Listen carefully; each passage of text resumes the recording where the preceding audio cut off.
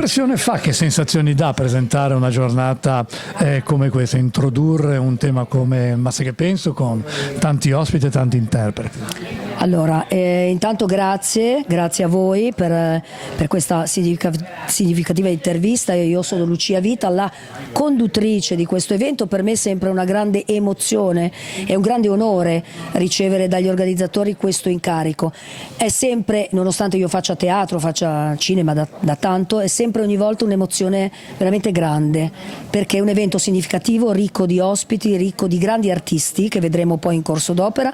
Ringrazio a tal proposito l'ambasciatrice Anna Maria Campello, è responsabile appunto degli attestati Entel. Ringrazio Paolo Alberto Falabrino, Alessandro Casareto, ringrazio Franco Astuti, il patron di questo teatro storico che è anche padre del cabaret italiano, e quindi io sono felice.